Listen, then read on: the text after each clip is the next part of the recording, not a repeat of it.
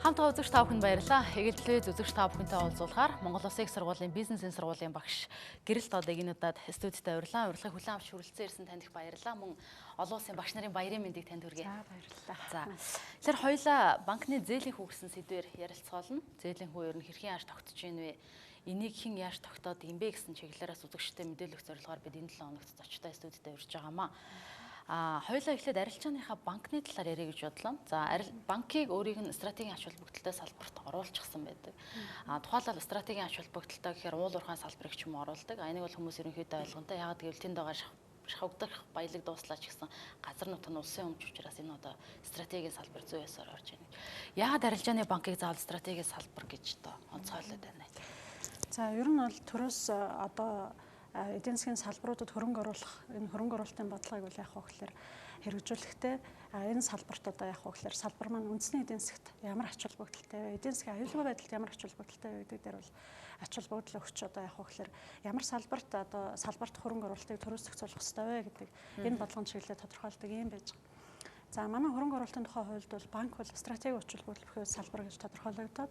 За энэ салбарт гаднаас хөрөнгө оруулах бол энэ хөрөнгө оруулалт нь гаднаас хөрөнгө оруулна гэдэг маань хөрөнгө оруулж байгаа этгээд маань бол яах вэ гэхээр одоо төрийн хөрөнгө оруулалттай байх юм бол энэ салбарт хөрөнгө оруулахдаа бол яах вэ гэхээр тусгай одоо зөвшөөрөл хязгаарлалттайгаар одоо хэрэгждэг юм байж байгаа. За яагаад банкыг үндэсний аюулгүй байдалд одоо нөлөөлөх стратеги ач холбогдол салбар гэж авч үзэж байна вэ гэхээр өнөөдөр Монгол улсын санхүүгийн зах зээл дээр хэрэгэлтэнд орж байгаа нийт актив маань 95% банкар дамжиж хэрэгжиж байгаа. Энэ 95% аюулгүй байдал гэдэг маань одоо үндэсний эдийн засгийн аюулгүй байдалд одоо шууд нөлөөлөх хүчин зүйл. Яагаад тэгэхээр энэ банкны салбар маань яагаад эдийн засгийн хувьд ач холбогдолтой салбар болж байгаа вэ гэхээр манай эдийн засгийн бүх идэвхтэй субъектууд, идэвхтэй агентууд бол банкар дамжуулж бүх төлбөр тооцоогоо хийгдэж байгаа гэж ойлгож байна. Энэ байгууллагуудын одоо аж ахуйн нэгжүүд байгууллагуудын маань бүх хөрөнгө банкар дамжиж эргэлтэнд орж байна тийм ээ, хадгаламж, төлбөр тооцоо, гадаад мөнгө уйлга, зээл гэх мэтчлэн. Тэгэхээр энэ мэдээлэл гэдэг бол цаана бол яах вэ гэхээр манай эдийн засгтай одоо холбогдолтой маш одоо өндөр зэрэглэлийн одоо мэдээлэл одоо аж ахуйн нэгжүүдийн маань одоо хувьд бас яах вэ гэхээр нууцын зэрэглэлд хамаарагдах одоо энэ маш хэмжээний мэдээлэл байгаа учраас энэ мэдээллийн аюулгүй байдал тийм ээ одоо гэдэг талаасаа ч гэсэн бас энийг бас ойлгож болно л доо. Арилжааны банк гэсэн одоо онцгой хэсэг дээр одоо хууль эрх зүйн ямар зохицуулалт үйлчилж байна вэ? За банкны тухайн хуулийг бол олон хүн бол мэдэх бах. Өөр одоо ямар эрх зүйн зохицуулалт?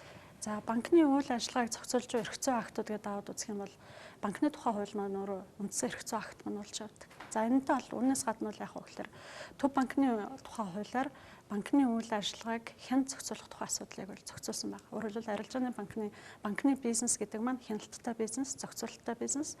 Энэ хяналт зохицуулалтын маань үндсэн чиглэл ямар чиглэлд хэрэгждэг вэ гэхээр тухайн банкуудын үйл ажиллагааны тогтвортой байдлыг хангахад санхүүгийн зах зээл дээр тогтвортой урт хугацаанд үйл ажиллагаа явуулахад нь одоо яах вэ гэхээр одоо явуулахад чиглэгдсэн зохицуулалтыг хэрэгжүүлэхийн тулд энэ эрх зүйн акт нь үйлчилж байгаа. За үүнээс гадна бол яах вэ гэхээр банк эрх хөтөлбөртэй энэ төлбөр тооцоо зээл мөнгө хадгаламжийн тухай хууль байна.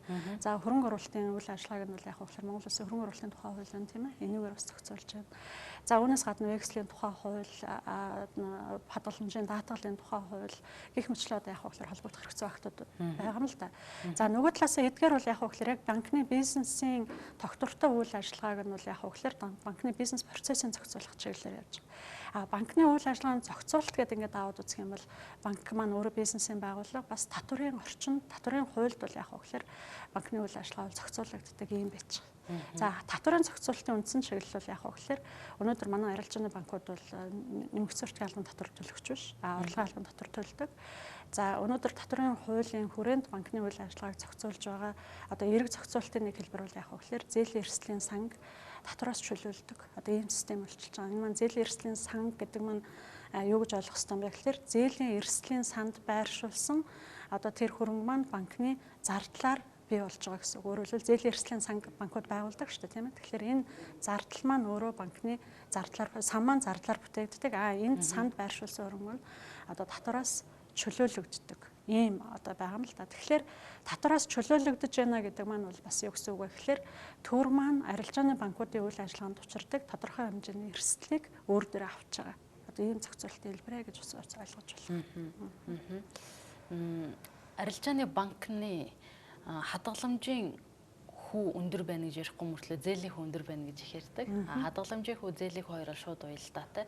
Тэр хадгаламжийн хүү ер нь инфляциасаа заавал давсан байх ёстой юу? Энэ хэсгийн зохицуулалт хэрхэн яаж явагдаж байна?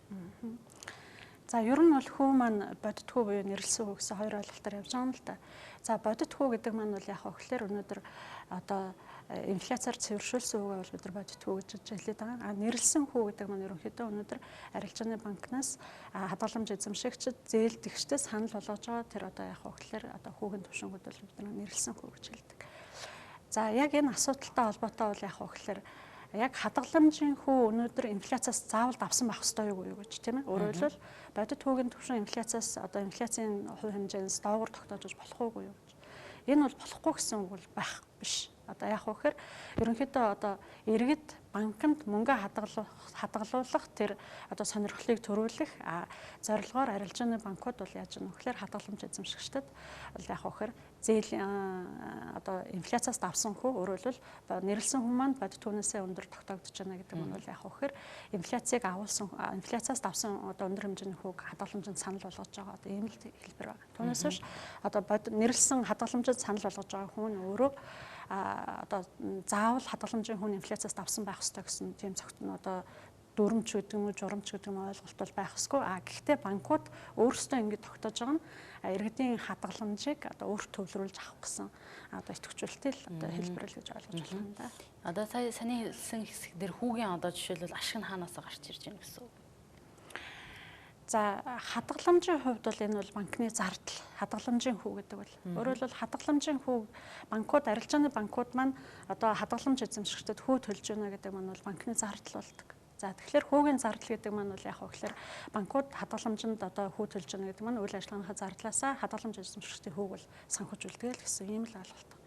За тэгэхээр хадгаламжийн одоо хүү одоо сая ингээ асуултын чууранд ингээ бодоод үзэхэд бол яг хөөхлөр хадгаламжийн хүү банкны зардал байна гэдэг маань хэрвээ банкуд бага зардал төлөё гэх юм бол хадгаламжийн хүү бас багаар тогтоох тийм ээ. Одоо бас ийм асуудал байж байгаа юм л да. За тэгээд яг сая асуудалтай ч холбоотой хадгаламж зээлийн хүү өндөр байна гэж ярьдаг. Гэрний хадгаламжийн хүү өндөр байна гэж юусэн ярьдгүй гэжлээд байна. Тэгэхээр зээлийн хүү өндөр байгааг цаатлын шалтгаан нь хадгаламжинд төлж байгаа өндөр зардлаа санхүүжүүлэхийн тулд энэ одоо хөрөнгө татан төвлөрүүлсэн зардлаа одоо идэвхтэй актив зээл рүүгээ л одоо хөрвүүлж байгаа юм л хэлбэр байж байгаа юм л. Хадгаламжийн хүү буулгаа зээлийн хүү ч гэсэн буулгавал за яг ийм зохицуултыг өнөөдөр одоо хийвэл боломжтой юу гэдэг ингээд одоо логикод бодоод үзэх юм бол яг хөөхлөр боломж бол байгаа юу байгаа. Гэхдээ одоо манай бизнес эрхлэгчид бол ерөнхийдөө банкны зах зээл дээр бизнес эрхэлж байгаа этгээдүүд маань юу гэж тайлбарладаг вэ гэхээр хадгаламжийн хүүг бууруулах юм бол их хэмжээний мөнгө бол банкнаас гадагшлана. Энэ гадагшлснараа бол яг хөөхлөр банкны их усрын хэмжээ буурна гэдэг ийм тайлбарыг өгдөг л дөө. Гэхдээ яагаад өнөөдөр иргэд банкнд ингэж их хэмжээгээр мөнгө хадгалуулж байна вэ гэхээр ерөөсөө манай санхүүгийн зах зээл дээр хадгаламжнаас өөр идэвхтэй тийм санхүүг актив байхгүй. Өөрөөр хэлбэл иргэд маань одоо сонголт хийгээд байршуулах өөр төрлийн одоо тийм санхүүг актив байхгүй нэ л гэсэн үг л дээ. Тэгэхээр одоо жишээлбэл одоо төрөл бүрийн санхүүгийн хэрэгслүүд бонд ч байдаг юм уу хувьцаа тий одоо санхүүжилтийн өөрийн янз янзын хэрэгслүүдийг зах зээл дээр чөлөөтэй арилжаалдаг болоод за энэ арилжаалж байгаа хэрэгслүүд нь эрсдэл багтай өөрөөр хэлбэл хадгаламжийн хүү төлдөгтэй тийм ээ одоо хадгаламжийн хүнээс авч байгаа тэр одоо хүүгийн орлоготой одоо дүүцгүүц хэмжээний тийм ашигтай тийм санхүүг активуд байх юм бол иргэд маань тэрийг сонгож түн хөрөнгө байршуулах боломж нэгдэх юм л да. Гэтэл яг одоо манай санхүүгийн зах зээл дээр өнөөдөр арилжаалж буй санхүүгийн хэрэгслүүд санал болгож буй санхүүгийн институтууд маань санал болгож байгаа санхүүгийн хэрэгсэл гэх юм бол ерөөсөө байхгүй. Иргэд маань өөрсдийнхөө одоо чөлөөт одоо хуримтлалыг бол яг хөөхлөр мөнгө хуримтлалыг бол одоо банкны хадгаламжинд л авч шалгалуулах одоо ийм л хэлбэр явагдав. Зээлийн хүү ер нь яг яаж тооцоог ямар тооцоололоор хэрхэн яаж тогтож гарч ирээд байна гэд ердэн зочдоос асууж байгаа. Яад гэвэл энийг хэрхэн яаж тогтоодог хүмүүс бас мэдмээр байгаа юм билээ л дээ. Тий. За тэгэхээр банкны үндсэн үйл ажиллагааны зардал гэдэг бол яг хөөхлөр сая бид нар хадгаламжийн хүү гэдэг юм байна гэдээ ойлголоо шүү дээ. Тэгтэл энэ нөгөө талд бол яг хөөхлөр энэ зардлыг санхүүжүүлэх тэр идэвхтэй хөрөнгө нь бол зээл байдаг. Өөрөөр хэлбэл энэ зардлыг санхүүжүүлэх идэвхтэй хөрөнгө нь ер нь нийт банкны актив юм бол яг хөөхлөр 60-70% одоо зээлд байршиж байгаа. Одоо 60 орчим хувь л гэж ингээд ярьж байгаа юм л да. Тэгэхээр энэ байршиж байгаа зээлээрээ бол яг хөөхлөр энэ хадгаламжийн хүүг нэг талтаа бол яг хөөхлөр санхүүжүүлж байгаа. Одоо орлогын их усэр бол болгож байгаа юм байж байгаа. За тэгэхээр хадгаламжийн зээлийн хүүний суурь гэдэг маань өөрөө яг гэхээр хадгаламжийн хүү л болж байгаа. За тэгэхээр зээлийн хүү гэдэг ингээд аваад үзэхлээр бид нар бол яг гэхээр зээлийн хүү одоо яг гэхээр ямар ч бизнесийн байгууллагын хувьд бол яг гэхээр шууд зардлыг хоёр хэсэгт авч үздэг тийм. Тэгэхээр одоо бизнес банкны байгууллагуудын хувьд бол яг гэхээр банк бол нэг шууд зардал нь бол хүүгийн зардал байна. Тэгэхээр энэ хүүгийн зардлаа бол яг гэхээр зардал дээр шууд ус зардал гэхээр одоо ашиглалтын зардлууд байна, цалин тэтгэвэр тэтгэмжийн асуудал байна, за барилга ашиглалт, технологи ашиглалтын зардлууд байна тийм. За тэгэхээр энэ одоо бүх энэ зардлууд маань нэмэгдээд одоо бол яг гэхээр одоо энэ зардлыг бол яг гэхээр санхүүжүүлэх их усрыг бид нар бол яг гэхээр идэвхтэй активитал шингээж өгч байгаа. Ийм л асуудал байна л да.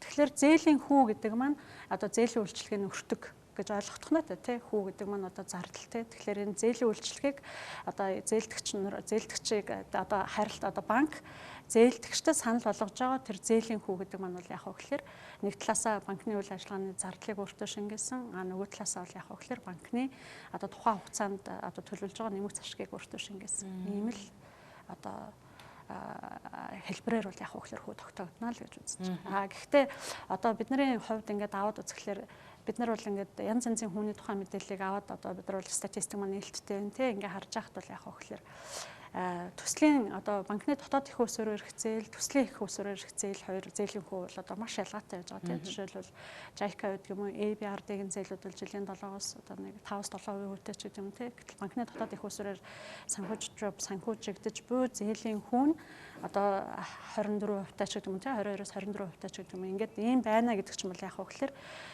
зээлийн хүүгийн зардалт, их усрын зардал одоо хамгийн гол байр суурийг эзэлтгээ гэдгийг л одоо харуулдаг байгаа л ийм л статистик л тийм.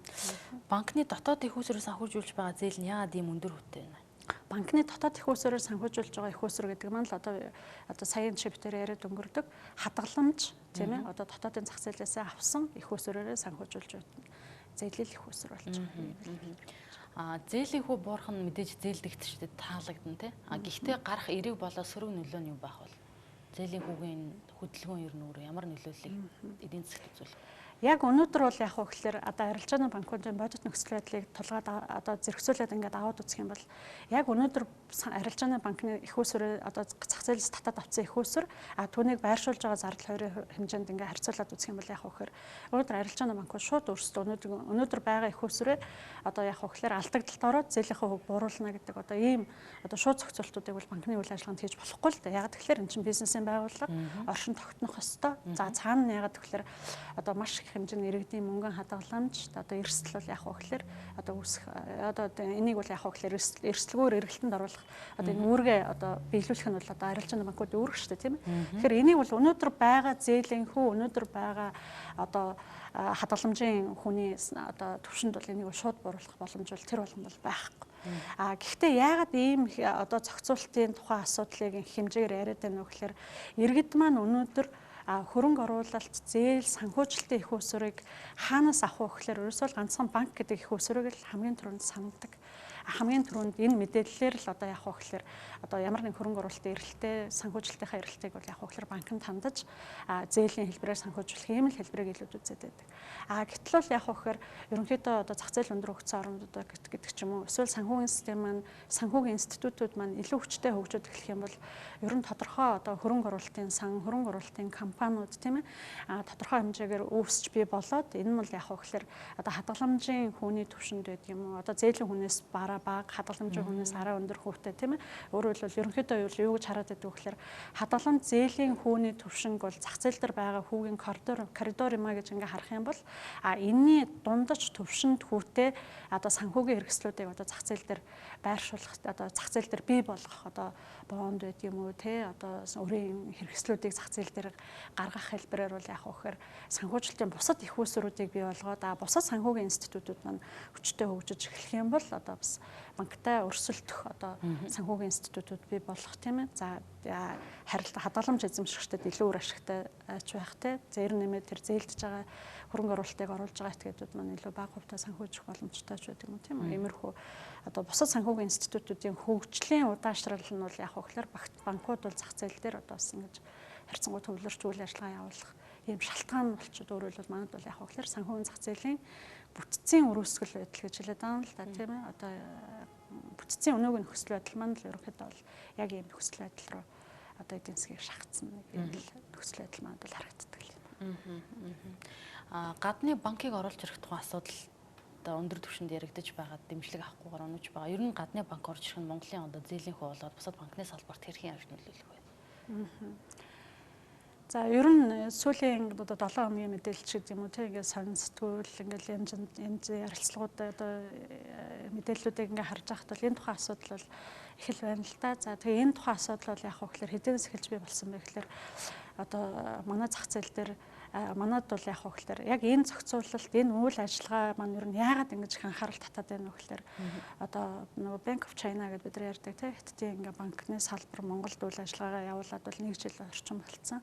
Манай одоо банкны тухай хууль, банкны хөрөнгө оруулалтын тухай хуулиар бол яг хөө гэхээр одоо банкны салбар нэгээс доошгүй жилийн хугацаанд үйл ажиллагаа явуулсан тохиолдолд бол яг хөө гэхээр салбар нь тийм төлөөлөгчийн газар одоо ажилласан тохиолдолд одоо банкны үйл ажиллагаа эрхлэх зөвшөөрлөг олгоно гэдэг манайх бол ерөнхийдөө эрх зүйн актынхаа хүрээнд бол энийг бол заагаад өгсөн байна. Монгол банк зөвшөөрлөө нь Монгол банк зөвшөөрлөө нь олгоно тий. За тэгтээ бол яг хөө гэхээр өнөөдөр ганцхан манад бол одоо Bank of China-гийн төлөөлөгчийн газар байгаа юм биш шүү дээ. Тийм ээ одоо хэд хэдэн банкны төлөөлөгчийн газрууд бол Монголд одоо үйл ажиллагаа явуулах зөвшөөрлөө олгоцсон төлөөлөгчийн газраа ажилуулад ингээл байж байгаа. За тэгтээ ингээ гадны банкуд шууд манад орж ирээд зээлийн хүү буурна гэдэг юм бол бас юу л бол тийм үү? Яагаад энэ банкуд манай зах зээлийг сонирхож орж ирж байна? Ашигын марж өндөртэй учраас л манай зах зээлийг харж орж ирж байгаа тийм ээ. За тэгээд ашигын марж өндөртэй учраас манай зах зээлийг харж орж ирж байна гэдэг маань бол яг хөө гэхээр одоо бусад банкудаас илүү боломжийг нэг талаасаа одоо зээлдэгч нарт олох юм шиг харагдаж байгаа боловч нөгөө талдаа бол яг хөө гэхээр одоо том төслүүд ч байдаг юм уу одоо том хөрөнгө оруулалтын их усрууд том компаниуд ч байдаг юм тийм ээ одоо өөрөөр хэлбэл энэ том хөрөнгө оруулалтын чадвартай мундаг их усртай банк одоо дэлхийн топ банк шүү дээ тийм ээ ингээ Монголд ороод ирээд ажиллаа гэж бодоход бол яг хөөхөр манай эдийн засгийн одоо нөгөө хараатай байдал нөгөө үндэсний эдийн засгийн аюулгүй байдлын асуудал маань хэрхэн яаж нөлөөлөх вэ гэдгийг л бид нар бол яг хөөхөр одоо гол нь ярьж энэ дээр шийдвэр гаргахтаа энэ чиглэлийнхаа л асуудлыг одоо түлхүү өнөөдрийн хүү буурчин гэдэг асуудлаас илүүтэй одоо яг хөөхлөр үндэсний аюулгүй байдал, эдийн засгийн аюулгүй байдал гэдэг асуудлаа л бид нар одоо түлхүүр ойлголт болгож, гол ойлголт болгож одоо шийдвэр гаргалтанд анхаарах нь л одоо зүйтэй болов уу гэж бодож байгаа. Түрүүний таны хэлсэн чинь одоо нийт санхүүгийн зах зээлийн 95% банкн дээр төгтөж байгаа нөхцөл бусад одоо санхүүгийн хэрэгслүүдийг яаж хөгжүүлэх вэ? За ер нь бол одоо санхүүгийн зах зээл, санхүүгийн хэрэгслүүд гэдэг ингээд аваад үзэхлээр одоо төвлөрсөн төлөвлөгөөт эдийн засгийн үед одоо манай Монголын санхүүгийн зах зээлийн бүтцгээл ингээд аваад үзээ л да тийм ээ Монгол улс одоо ингээд энэ санхүүгийн зах зээлийн бүтц өнөөдөр энэ зах зээлийн эдийн засгийн нийгэмдэх манай санхүүгийн зах зээлийн бүтц гэдэг гэх юм бол ерөөсөө л төвлөрсөн төлөвлөгөөт нийгэмдэх санхүүгийн зах зээлийн бүтцэл ерөөсөө тэр чигээр л орж ирсэн. Тухайн зах зээл дээр байршижсэн санхүүгийн хөрөнгүүд гэдэг ингээд аваад үзэх юм бол яг хөөхлөр зөнгөлөх нь банкнд л байршижсэн. За бага хэмжээнийх нь тэтгэврийн сан одоо даатгалын санд ингээд хуримтлагдаад ингээд байжсэн. Энэ маань одоо яг хөөхлөр эдийн засгийн бүтцтэй холбоотойгоор хөрөнгөний шилж хөдөлгөөн тийм ээ ингээд явагдахад бол яг хөөхлөр яг энэ одоо бүтцээрээ одоо яг хөөхлөр ерөнхийдөө санхүүгийн институтууд хуваарлагдсан. Ерөнхийн нэг ийм зүйл тогтол харагдаад байдаг. За нөгөө талдаа бол яг хөөхлөр хөрөнгөний зах зээлийг Монгол улс хөгжүүлэхээр хөрөнгөний зах зээлийг бий болгох гэж бол яг хөөхлөр одоо бид нар нөгөө өмч хөвчлийн асуудал маань бол яг хөөхлөр явж нөгөө хөрөнгөний зах зээлийн маань асуудалтай холбоотой юм л да. Бид нар бол нөгөө их баг хувьчлал гээд улаан ногоон тасалбар гээд тийм ээ энэ арилжаа бол яг хөөхлөр нэг удаагийн шинжтэй биш нь бол тасралтгүй үйл ажиллагаа байгаад тийм үү эрх эзэмшлийн одоо үйл ажиллагаа бол одоо нээлттэй мэдээлэлтэй энэ одоо явах одоо ёстой байсан л да тий гэтэл бол яг хөөхлөр өмч хувьчлалтай холбоотой нөгөө хувьчилж авсан компаниудын маань хувьцааны үнц нь маш хэмжээгээр буураад үнэгүй болгоч байдаг юм тий нөгөө компаниуд нь үйл ажиллагаагаа зогсчонгууд эзэмшижсэн хувьцаагаа маш богино хугацаанд одоо хөрөнгөний зах зээлээр дамжуулаад стратегийн гэдэг юм уу тухайн салбарыг одоо авах эзэмшихийг сонирхож байсан хүмүүс рүү одоо өөр тухайн үедээ бол яг хөөхлөр байсан эдийн засгийн үр ашигтай салбаруудын хувьцаанууд бол ерөөсөө стратегийн хөрөнгө оруулалтын салбар гэдэг нь стратегийн хөрөнгө оруулагчд буюу одоо тухайн салбарыг хянах эзэмших сонирхолтой этгээдүүд бол төвлөрсөн. Тэгэхээр одоо яг хөөхлөр идэвхтэй арилжуулж байсан хувьцаанууд маань бол яг хөөхөр ерөнхийдөө стратегийн хөрөнгө оруулагч нар буюу одоо тухайн салбарыг хянах сонирхолтой субъектуудад төвлөрсөн учраас энэ салбарууд дээр бий болсон тэр хөрөнгө оруулалтын хувьцаанууд бол буцаад зах зээл дээр одоо өвтгтэй арилжаанд оролцох ийм хэлбэр байхгүй болчихгоо хөрөнгөний зах зээл маань зарцаад ингэ зогсож байгаа юм л да. Тэгэхээр одоо хөрөнгөний бирж арилжаа явагдлаа, тэдэн сая төгрөгийн арилжаа явагдлаа, тэшнэн ширхэг хувьцаа явагдлаа гэж байгаа энэ хувьцааны арилжаа бол яг хөө гэхээр маш л бага хэмжээний л арилжаа. Өнөөдөр арилжааны банкуудын төлбөр тооцоо хөрөнгө оруулалт зээлэнтэй функцтай ингээ харьцуулаад үзэх юм бол тийм маш бага. Тэгээд маш их хэмжээний хөрөнгийг хөвчилж махан жишг хэмжээний хувьцааг одоо хөрөнгөний зах зээл дээр монголчууд бол хөрөнгө хөвчлөлийн процессор бол яг хөвчлөр гаргаж ирж арилжаалж энэ хөрөнгөний биржиж үйл ажиллагааг идэвхтэй явуул тасралтгүй явуулах хэрэгтэй байтал энэ ерөнхийдөө хувьцаанууд бол яг хөөр тодорхой стратегийн хөрөнгө оруулах агчдын гарт төвлөрөөд одоо энэ нь бол яг хөөр бусад хувьцаагаа задлах сонирхолтой байна. Одоо энэ дахиж одоо хөрөнгөний бирж үйл ажиллагаа юм зогсон байдалд орох юм хэлбэр юм л да. Нөгөө талдаа бол бас яг энэ аж ахуй нэгжүүд маань зээлээс өөр хөрөнгө оруулалт санхүүжилтийн хэрэгслийг хайхгүй байгаа. Хайхгүй байгаа нь бас тэдгээрийн бас хувьд бол яг хөөр нэг талдаа бол яг хөөр санхүүгийн зах зээл дээрх тэр институц нь байдаггүй. Одоо хөрөнгө оруулалтын компаниуд нь үйл ажиллагаа идэвхтэй явуулахгүй. Нөгөө талдаа бол яг хөөр тэдгээр нь бол яг хөөр одоо банкнаас өөр одоо хөрөнгө оруулалтын санхүүжилтийн их усаар ашиглах одоо тийм санхүүгийн институттай харьцах тийм соёл бас байхгүй байгаа. Тийм одоо санхүүгийн мэдлэг бас дутагдaltaй байх тийм ийм төсөл байдал ажиглах юм да. Зээлээс өөр ямар санхүүгийн хэвсүрийг одоо жишээлбэл ашиглах боломж юу манад байна? За санхүүжилтийн хэрэгслүүд гэж. За санхүүжилтийн хэрэгслүүд гэдэг ингээд аваад ярих юм бол одоо бид нар бонд гэж яриад байна тийм ээ. Хувьцаанууд байна. Одоо жишээлбэл яг хөөхөр компани өөрийнхөө одоо хөрөнгө оруулалтыг өөртөө байгаа хөрөнгө оруулалтыг бол яг хөөхлөр компанийн үйл ажиллагааг өргөжүүлэх зорилгоор компани өөрөө нэмж хувьцаа гаргаад нэмж гаргаж байгаа хувьцааг нээлттэй арилжаадаад биржээр дамжуулж арилжаалаа тийм ээ. За ийм хэлбэрээр хөрөнгө татаж болох болно. За тодорхой ногдол ашигын хувь хэмжээг санал болгоод нэрийн бондууд гаргаж болох аж ахуй нэгжүүд энэ бас биржд бүртгэлтэй нэлээ одоо зөвшөөрлөө одоо регистрацаа хийгдээд бондуудаа бас гаргаж болно. Тэгэх юм бол энэ бондын хувьцааны арилжаа гэдэг маань бол яг хөөхлөр одоо тус бүрдэл санхүүжилтийн хэрэгслүүд тийм ээ. За ийм хэрэгслүүд байна. За тэгээд дээр нэмээд худалдааны санхүүжилтийн хэрэгслүүд. Худалдааны санхүүжилтийн хэрэгслүүд гэдэг ярихлаар бид нар одоо өнөөдөр бол яг хөөхлөр богино хугацааны үр төлбөрт бол бид нар дандаа л бэлэн мөнгө одоо тий зээлийн санхүүжилтийг ашиглаж байгаа бол томоохон аж ахуй нэгж байгууллагууд одоо бид нар бол яг хөөхлөр вексел өрийн бичгийн санхүүжилтүүдийг ашиглах тийм ээ. Энэ нь бол бас яг хөөхөр бас заавал төлбөр төлөхийн тулд өндөр банкны зээл авах ш тийм ээ. Одоо худалдаа авагч бэлтгэн нийлүүлэгч талууд маань харилцсан бие биенийхээ өмнө өөрийнхөө үүргийг гүйцэтгээд бие биендээ бол яг хөөхлөр өрийн бичиг одоо бичих замаар вексел бичих замаар одоо бизнесийнхаа үйл ажиллагааг санхүүжүүлэх одоо ийм хэлбэрүүд бол байхаг бол үсэхгүй байж болно. Тийм хууль эрхцэн зохицуултын ч гэсэн манад байдаг хэрнээ банкуд бол одоо банкуд шиг одоо аж ахуй нэгжүүд бол яг хөөхлөр энийг тэр бол ашиглахгүй байна л та. За баярлалаа. Өнөөдөр та бүхэн ярилцлага цагийн түрээд дуусчихна. За манай студид цаг гарган хүрэлцэн ирж ярилцсан танд баярлалаа. Таны цаашдын эрдмийн ажилтнаас амжилт хүсье. Баярлалаа. За Монгол Улсын их сургуулийн бизнесийн сургуулийн багш Гэрэл Тод үзэгч та бүхэнтэй энэ цаг мөчид уулзаж ярилцлаа.